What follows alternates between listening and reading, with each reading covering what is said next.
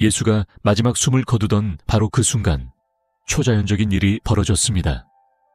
7가지 놀라운 사건이 즉시 일어나 이를 목격한 사람들을 경악하게 만들었으며 그의 죽음이 결코 평범한 일이 아니었음을 증명했습니다. 하늘이 어두워지고 땅이 흔들리며 신성한 징조들이 모두의 눈앞에서 나타났습니다. 도대체 무슨 일이 일어났던 것일까요? 이 사건들에 담긴 의미는 무엇이며 왜 오늘날까지도 학자들을 당황하게 만드는 것일까요? 예수의 죽음이 인류 역사에서 가장 중요한 순간이었음을 보여주는 7가지 사건과 그날 이후 세상이 완전히 바뀐 이유를 함께 살펴보겠습니다. 전고 무렵 태양이 가장 밝게 빛나야 할 때 설명할 수 없는 현상이 발생했습니다. 갑자기 빛이 사라지더니 짙은 어둠이 온 땅을 뒤덮었습니다. 이 현상은 약 3시간 동안 지속되었으며 바로 예수가 십자가에서 고통을 겪고 있던 시간과 일치했습니다. 마태복음은 이 사건을 분명하게 기록하고 있습니다. 정오부터 오후 3시까지 온 땅에 어둠이 임하였더라. 마태복음 27장 45절. 그렇다면 이 어둠의 정체는 무엇이었을까요? 많은 사람들이 이를 일식으로 설명하려 하지만 문제가 있습니다. 유월절은 항상 보름달 기간에 지켜졌기 때문에 이 시기에 개기일식이 발생하는 것은 불가능합니다. 그렇다면 이것은 단순한 천문 현상이 아니었다면 무엇이었을까요? 그 해답은 이 사건 자체의 영적 의미 속에서 찾을 수 있습니다. 유대 문화에서 어둠은 종종 신의 심판과 연관되었습니다. 구약에서 아모스 선지자는 이미 이와 비슷한 사건을 예언한 바 있습니다. 그날에 내가 해를 정회지게 하며 백주의 땅을 어둡게 하리라. 아모스 8장 9절. 이 예언과 예수의 죽음 사이의 연결은 매우 인상적입니다.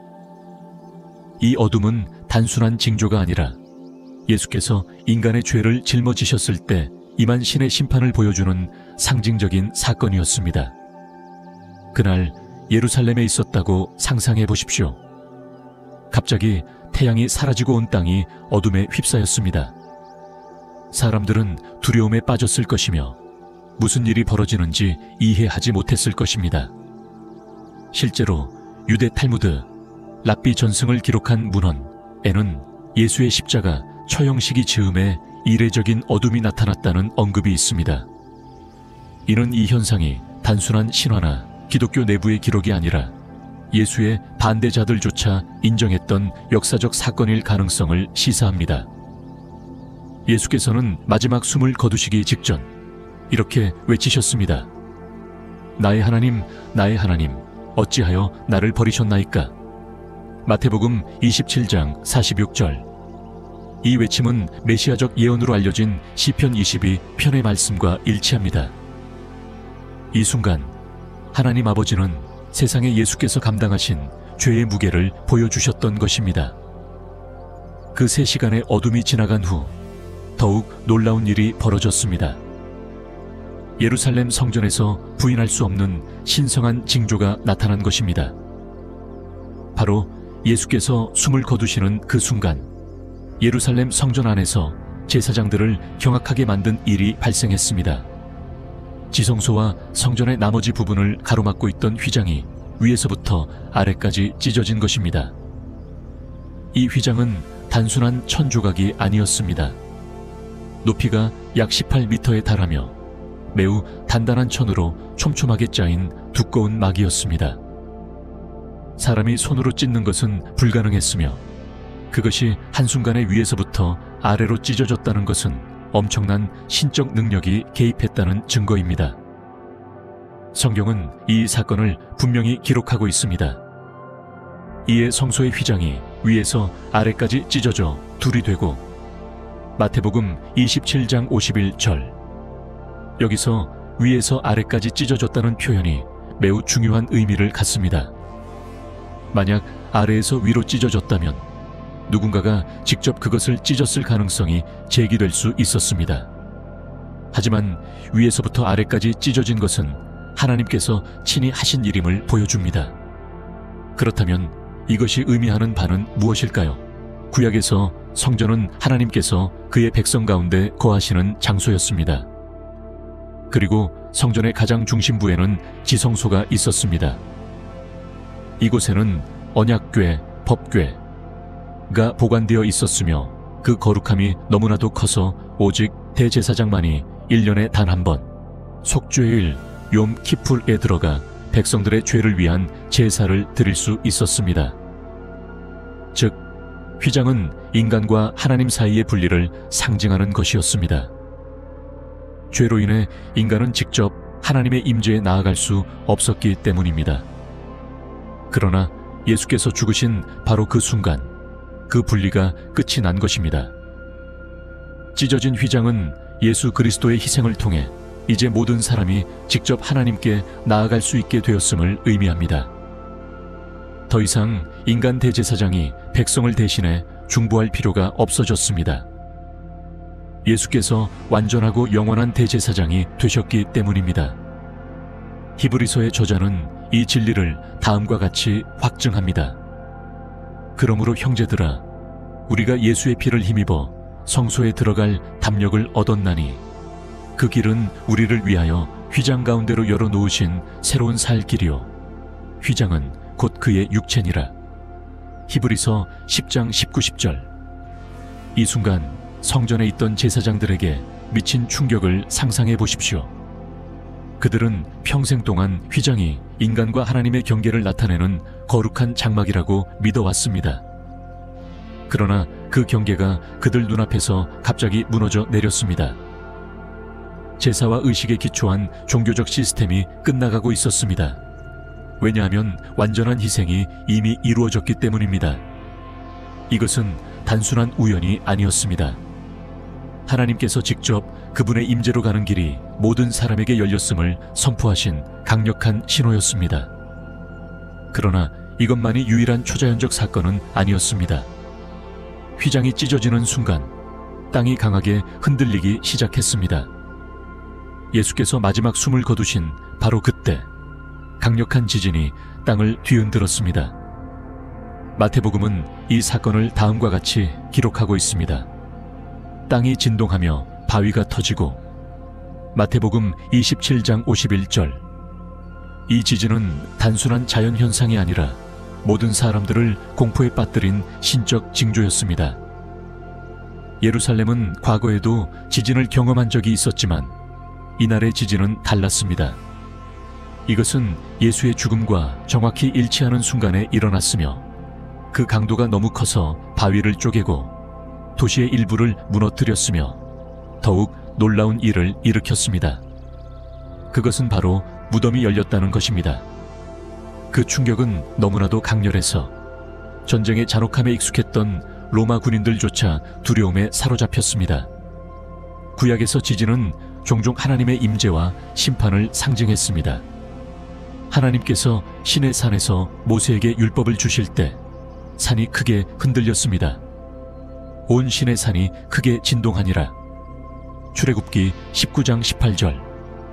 또한 나훔 선지자는 이렇게 선언했습니다.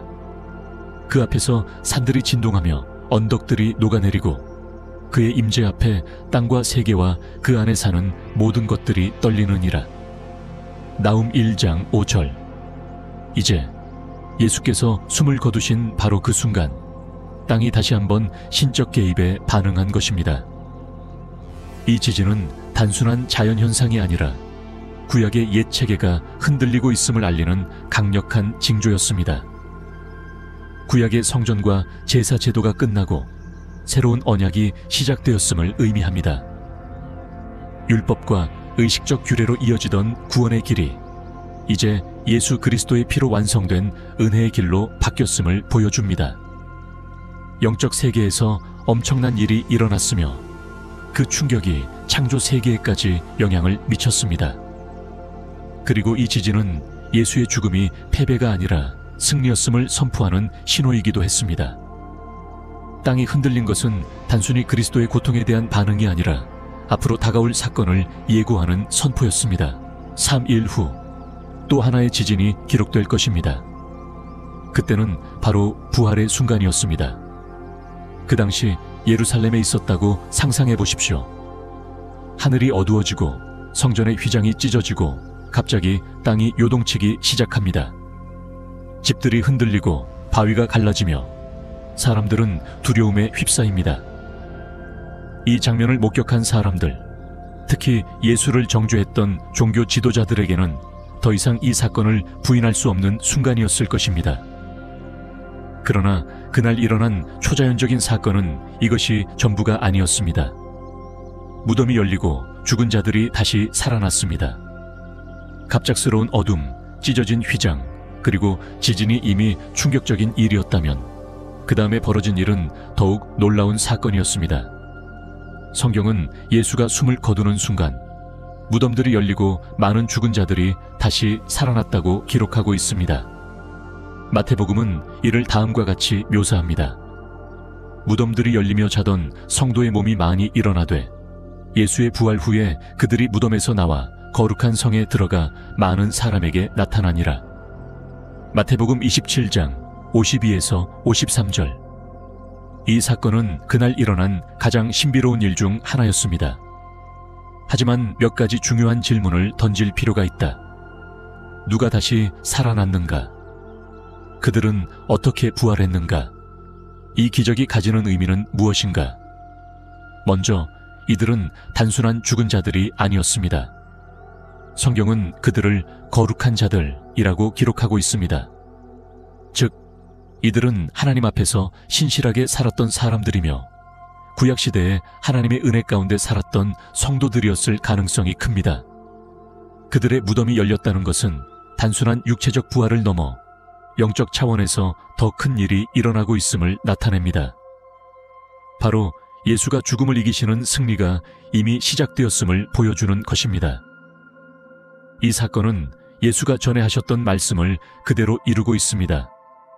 나는 부활이요 생명이니 나를 믿는 자는 죽어도 살겠고. 요한복음 11장 25절. 즉, 예수의 죽음은 끝이 아니라 새로운 생명의 시작이었습니다. 여기서 주목해야 할 흥미로운 점이 하나 있습니다. 마태복음의 기록을 자세히 보면 이 성도들은 예수의 부활 이후에 무덤에서 나왔다고 되어 있습니다. 이는 무엇을 의미할까요? 예수의 부활이 가장 중요한 사건이었음을 보여줍니다. 부활한 성도들은 예수의 부활을 증언하는 증인 역할을 하였습니다. 그들은 예루살렘으로 가서 많은 사람들에게 나타남으로써 이제 완전히 새로운 시대가 열렸음을 선포했습니다. 예수의 죽음과 부활은 단순한 기적이 아니라 하나님의 구원 계획이 완성되는 결정적 순간이었습니다. 그리고 이 부활한 성도들은 그 역사적인 순간을 직접 증언하기 위해 다시 살아난 것입니다. 이 사건이 얼마나 강렬했을지 상상해 보십시오. 가족과 친구들이 여러 해 전에 죽었던 사람들이 거리에서 걸어 다니는 모습을 보았습니다. 이는 엄청난 소동을 일으켰을 것입니다. 그중 일부는 제사장들과 종교 지도자들이 직접 알던 사람들이었을 수도 있습니다. 이렇게 분명한 징조를 어떻게 부인할 수 있었을까요? 여기에 담긴 상징성은 매우 깊습니다. 구약에서 선지자들은 하나님께서 죽은 자들을 회복시키실 때가 올 것이라고 예언했습니다. 에스겔은 마른 뼈들이 다시 살아나는 환상을 보았습니다. 에스겔 37장. 이제 예수의 죽음과 함께 그 능력이 문자 그대로 드러난 것입니다. 이 사건은 그리스도를 믿는 모든 사람들에게 일어날 일을 미리 보여준 것입니다. 부활은 단순히 먼 미래에 대한 약속이 아니라 이미 실현되기 시작한 현실이었습니다. 부활한 성도들은 그리스도께 속한 모든 사람들이 영원한 생명으로 다시 살아날 미래를 가리키고 있었습니다. 그러나 이것이 그날 그곳에 있던 사람들에게 영향을 준 유일한 징조는 아니었습니다. 이 모든 일이 벌어지는 동안 예상치 못한 한 사람이 충격적인 선언을 했습니다. 그는 바로 로마 군인이었으며 그 말 한마디로 그의 삶은 완전히 바뀌었습니다. 한 로마 백부장이 예수를 하나님의 아들로 인정했습니다. 로마 군인들은 처형에 익숙했습니다. 그들에게 십자가형은 단순한 일과 중 하나였습니다. 그러나 그날은 달랐습니다. 평범한 처형으로 시작된 일이 곧 초자연적인 사건으로 변했고 가장 강인한 군인들조차 두려움에 사로잡혔습니다. 그들 중에는 백부장이 있었습니다.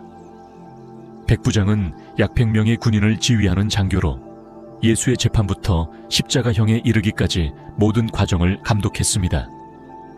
그는 예수가 매를 맞고 조롱당하며 가시관을 씌워지는 모습을 직접 보았을 것입니다. 어쩌면 그가 직접 예수의 손과 발에 못을 박으라고 명령했을지도 모릅니다. 그러나 시간이 지나면서 무언가가 달라지기 시작했습니다. 백부장은 그날 일어난 모든 초자연적 현상을 목격했습니다. 그는 갑자기 하늘이 어두워지는 것을 보았고 발밑에서 땅이 격렬하게 흔들리는 것을 느꼈으며 주변 사람들이 공포에 빠지는 모습을 보았습니다. 그리고 예수의 마지막 말을 들었습니다. 다른 죄수들은 저주를 퍼붓거나 자비를 구하며 죽어갔지만 예수는 존엄과 권위를 지닌 채 마지막으로 이렇게 선언하셨습니다. 다 이루었다. 요한복음 19장 30절. 그 순간 백부장의 마음속에서 무언가가 변하기 시작했습니다. 마태복음은 그의 반응을 이렇게 기록하고 있습니다. 백부장과 함께 예수를 지키던 자들이 지진과 그 일어난 일들을 보고 심히 두려워하여 이르되 이는 진실로 하나님의 아들이었도다. 마태복음 27장 54절. 이 선언은 놀라운 일이었습니다. 로마 군인이자 당시 세계에서 가장 강력한 제국을 섬기며 아마도 여러 이방신들을 숭배했을 그가 갑자기 예수가 단순한 인간이 아님을 깨달았습니다. 그는 예수를 단순한 선지자나 교사로 부르지 않았습니다. 그는 예수가 하나님의 아들임을 선언한 것입니다. 이 순간은 하나의 전환점이었습니다. 그 순간까지 군인들은 예수를 조롱했다. 그들은 예수에게 붉은 겉옷을 입히고 머리에 가시관을 씌운 채 거짓 왕이라며 비웃었다. 그러나 이제 그들이 목격한 모든 일 앞에서 그들의 마음이 변화하기 시작했다. 백부장의 고백은 중요한 의미를 가진다. 십자가형을 집행했던 자들조차 구원의 길을 찾을 수 있었다는 것이다. 바로 얼마 전 예수는 아버지여 저들을 사하여 주옵소서 자기들이 하는 것을 알지 못함이니이다. 누가복음 23장 34절라고 기도하셨다. 이 기도는 즉시 응답되었다. 바로 이 백부장의 삶 속에서 말이다. 상황을 상상해보라.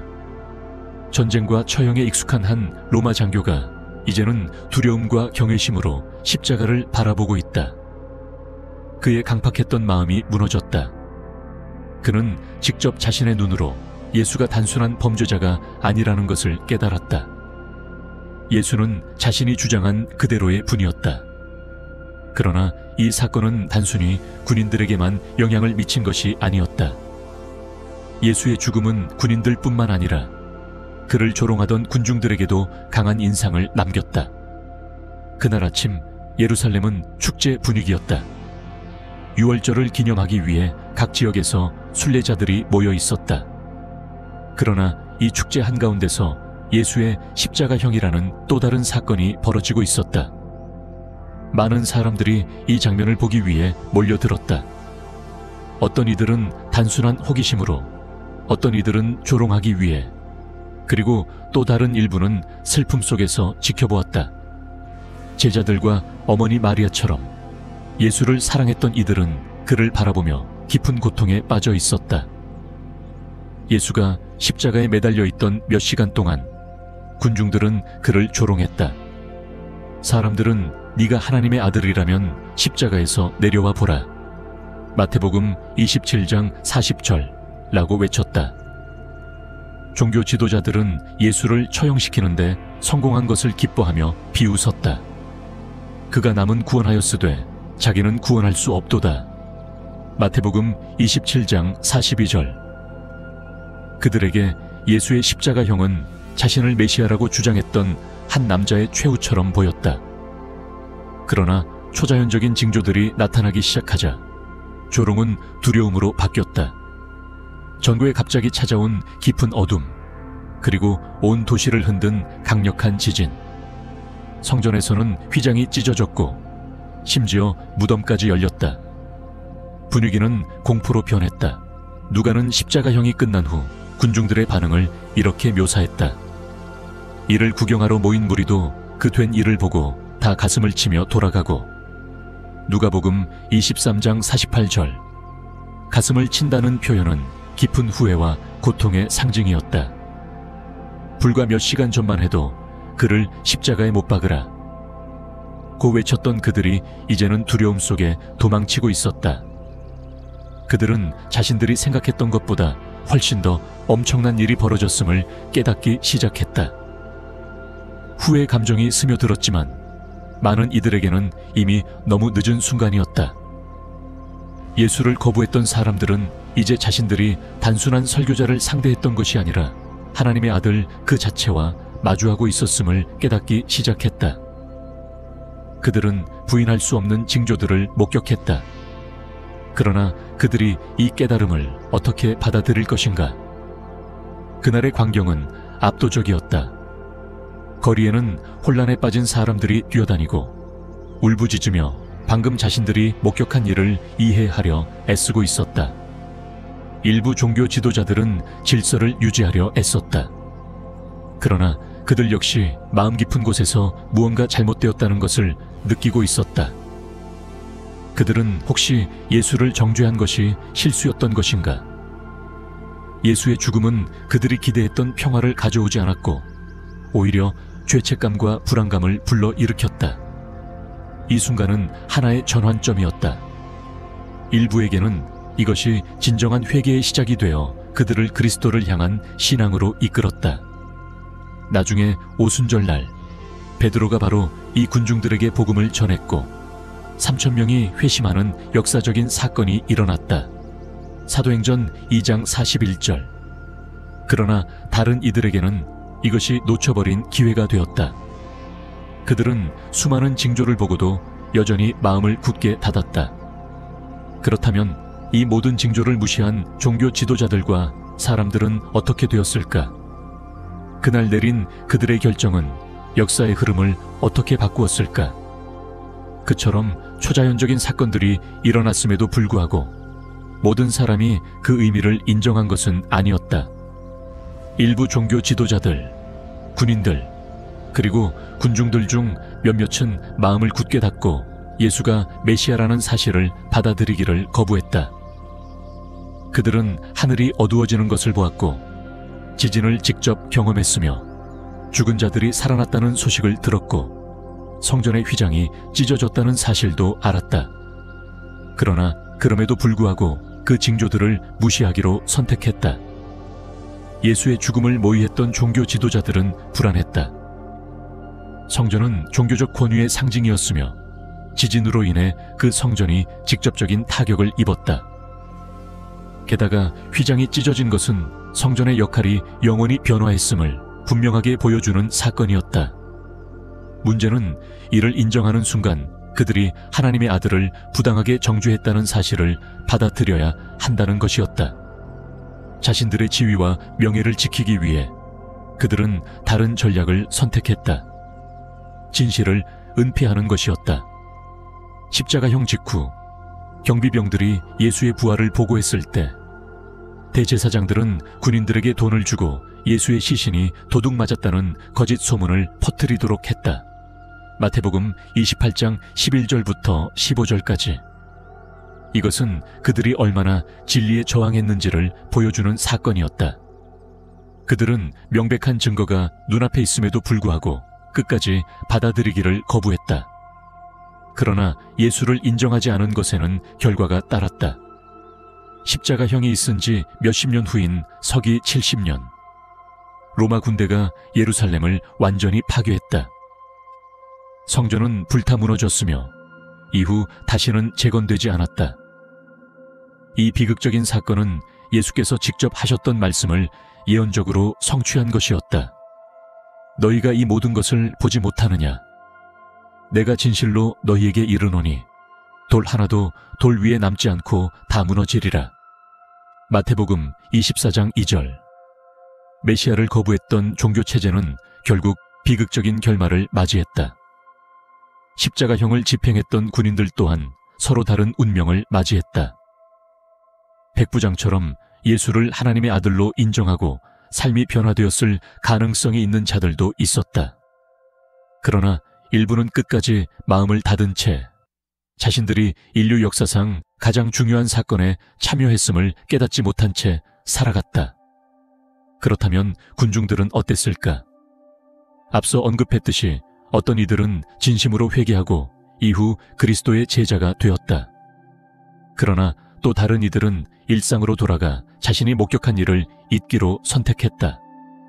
역사가 보여주듯 아무리 강력한 표적과 기적이 나타난다 해도 굳어진 마음을 변화시키기에는 충분하지 않다. 오직 내면의 진정한 변화만이 사람을 예수 그리스도를 구주로 인정하게 만든다. 그날 오후에 일어난 일은 온 인류에게 주어진 경고였다. 하나님께서는 분명하게 보여주셨다. 예수의 죽음은 단순한 사건이 아니라 인류의 영적 역사에서 가장 중요한 이정표였다. 그러나 많은 이들이 그 징조들을 무시했고 그들은 자신의 삶에서 가장 큰 기회를 놓치고 말았다. 하나님의 아들을 알아보고 따를 수 있는 기회 말이다. 이제 마지막 질문이 남았다. 이 사건들이 오늘날 우리에게 주는 의미는 무엇인가? 진리를 깨달은 사람들과 이를 거부한 사람들에게서 우리는 무엇을 배울 수 있는가? 이 영상이 당신에게 깊은 생각을 하게 만들었다면 공유하고 댓글을 남겨주세요. 그날 그 자리에 있었다면 당신은 어떻게 반응했을 것 같습니까? 이제 이 강력한 주제의 결론으로 넘어가 보겠습니다.